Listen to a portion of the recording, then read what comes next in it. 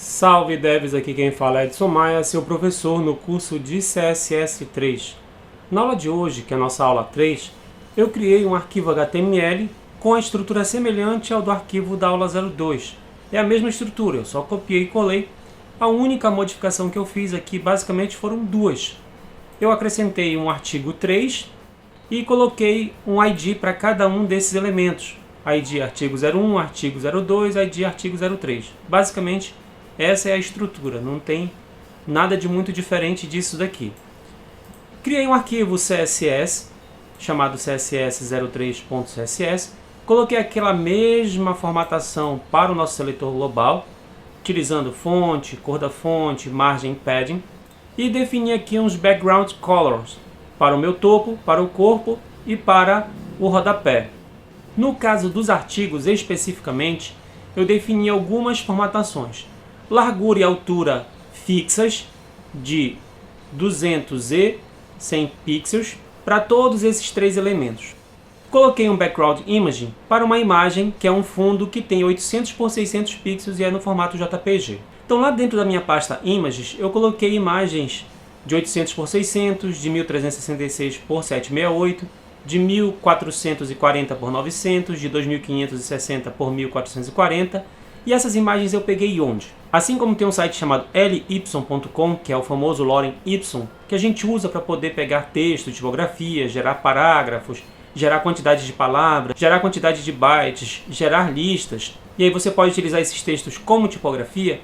Existe um site chamado pixum.photos. Esse site é conhecido como o Lorem Ipsum, ou seja, é o Lorem Ipsum das fotos.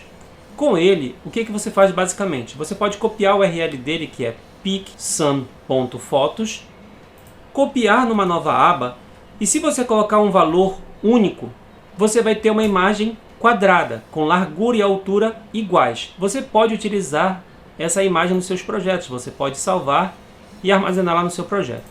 Você pode também definir, por exemplo, quero uma imagem de 400 por 200 pixels. Então, largura e altura, definiu, teclou Enter.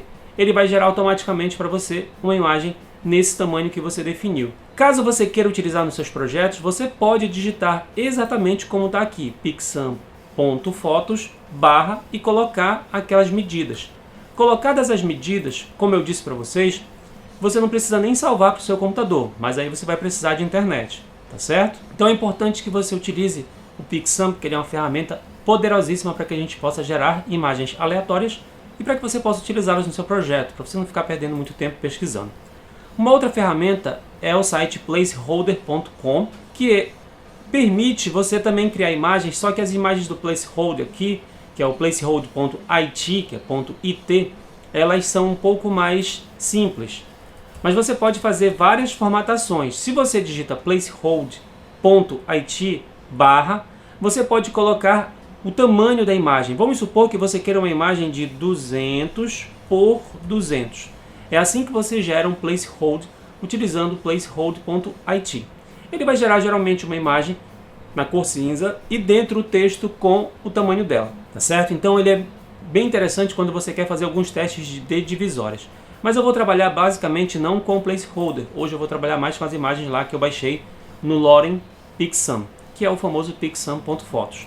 Então eu já coloquei a mesma foto aqui, que é a foto de 800 por 600. Essa foto eu fiz os seguintes ajustes para ela. Observem que, deixa eu tirar uma propriedade aqui, no artigo 1 eu defini que o espaço para o meu artigo 1 é de 200 por 100, mas eu tenho uma imagem que é muito maior, que é de 800 por 600. Se eu defino uma imagem de fundo, a imagem vai ocupar o canto superior esquerdo do espaço disponível. Se eu quiser que ela ocupe outras posições, eu tenho uma propriedade chamada Background Position. Com a propriedade Background Position, eu posso dizer a partir de onde eu quero que a minha imagem apareça. Por exemplo, se eu colocar Bottom, ela vai aparecer com base na parte de baixo dela.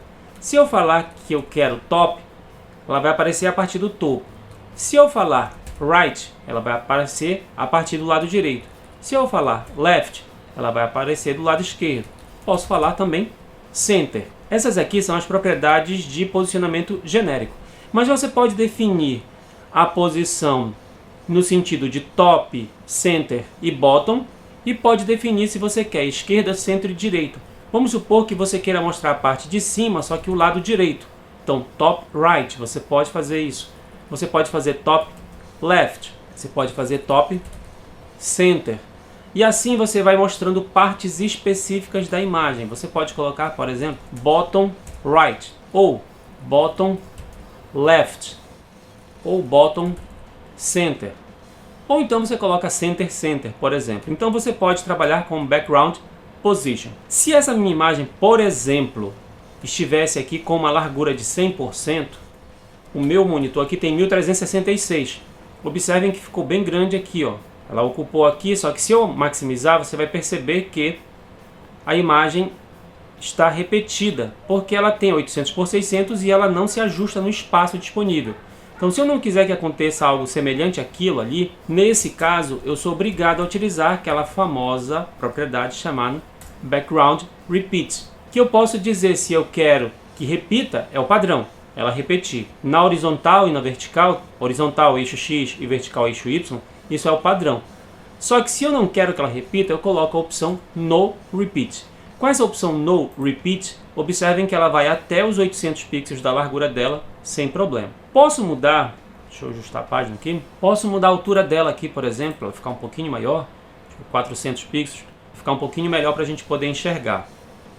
Vou até mudar aqui um pouquinho o tamanho, assim eu acredito que fique melhor para a gente conseguir visualizar. Então, observem que a gente tem aqui uma imagem sendo colocada como imagem de fundo, e nós trabalhamos com a propriedade Background Repeat, dizendo que nós não queremos que a imagem repita. Mas vamos supor que eu não quero ocupar 100% da tela, porque eu sei que a imagem não tem 100%. Vamos supor que eu quero ocupar 1000 pixels. Então, se eu vou ocupar 1000 pixels e não vou repetir, observem aqui, ó, e não vou repetir, então a imagem ela deveria ir um pouco mais para cá. Então, como é que eu vou fazer esse ajuste para que ela ocupe todo esse espaço dos 1000 pixels? Posso até colocar aqui uma propriedade que eu não comentei com vocês ainda, chamada Border, de 1 pixel, sólida e na cor vermelha, só para a gente conseguir enxergar esse espaço que a gente tem do artigo 1. Observem que o artigo 1 tem 1000 pixels de largura. Como é que eu faço para ocupar todo esse espaço? Para ocupar todo esse espaço, a gente precisa trabalhar com uma propriedade chamada Background Size. Na propriedade Background Size, você trabalha com duas opções basicamente, ou com Cover ou com Container. Eu vou usar a primeira opção, Cover. A opção Cover, se você observar, ele vai cobrir, ele vai cobrir o espaço disponível, de acordo com a imagem que eu tenho. Então ele deu uma esticada na imagem basicamente. No lugar de Cover, eu poderia colocar Contain. Observem que no Contain, ele faz um ajuste. Se a imagem couber na altura, ele coloca. Se a imagem couber na largura, ele coloca. Como a imagem coube na altura, ele fez com que ela ficasse nesse ajuste aqui. Então, dos 1000 pixels, a gente não está usando eles todos. A gente vai usando só uma parte deles. Então, quando você for trabalhar com ajuste de imagem de fundo, pense no Background Size e teste o Cover. Se não funcionar, teste o Contain. Isso a gente está falando quando a gente usa a propriedade Background. Se você tem uma imagem dentro do seu documento, aí você já não trabalha com o Background Size, você trabalha com o Object Fit. O Object Fit ele faz exatamente a mesma coisa que o Background Size, só que ele faz isso em imagens que estão inseridas no seu documento através da tag IMG, certo? Então, basicamente, quando você coloca o Background Image, eventualmente você precisa utilizar a propriedade Repeat para dizer se você não quer repetir ou se você quer repetir no eixo X, que é horizontal, ou eixo Y, que é vertical. E o Background Size permite que você define como você vai preencher o conteúdo com a imagem que você tem lá como fundo. Então eu coloquei aqui como exemplo esse meu artigo 1. Já no artigo 2 eu deixei 200 por 100 pixels. Observe, eu coloquei a mesma imagem, pedi para não repetir e pedi o Background Size Contain. Observe que com o Background Size Contain, a imagem do artigo 2 ela está aqui, ó, é 200 por 100. O que foi que ele fez? Ele viu que em 100 cabia a imagem, então ele colocou ela em 100 e não colocou ela em 200. E no terceiro artigo, eu coloquei uma imagem de fundo e só pedi para ela não repetir. Eu não disse qual é o background size dela, se é cover ou contain. Então, quando a gente trabalha com imagens, é importante você atentar para esses aspectos basicamente. Quando você trabalha com background image, você tem a possibilidade de dizer se a imagem de fundo vai repetir ou não. Tem como você definir como ela vai preencher a tela e como ela vai se posicionar na tela. Agora que a gente já tem um espaço maior aqui, a gente pode, por exemplo, definir um background position para a nossa primeira imagem. Então aqui no background position, a gente pode definir, por exemplo, right. Observem que ela se ajustou ao lado direito da tela. Posso colocar aqui, por exemplo, left. Ela se ajustou ao lado esquerdo. Posso colocar aqui center. Observem que ela ficou ao centro. Posso colocar aqui top. Não vou ter muita mudança porque eu já tenho o espaço sendo usado aqui de cima a baixo. Como eu tenho espaços para a esquerda e para a direita, só posso mudar aqui no meu background position se ela vai ficar à esquerda, ao centro ou à direita. Então, quando você for trabalhar com imagens, tem muitos detalhezinhos. Então, você tem que colocar e ir testando. Por isso que é bom você dividir em tela, em duas telas, ocultar aqui o explorador de arquivos, fazer as formatações e ir testando aos poucos. Trabalhe com tamanhos pequenos e depois vá testando com tamanhos grandes, que assim você vai conseguir ter resultados bastante interessantes. A aula de hoje vai ficando basicamente por aqui. Não se esqueçam de curtir, compartilhar e assinar o canal. Salve devs, até a próxima!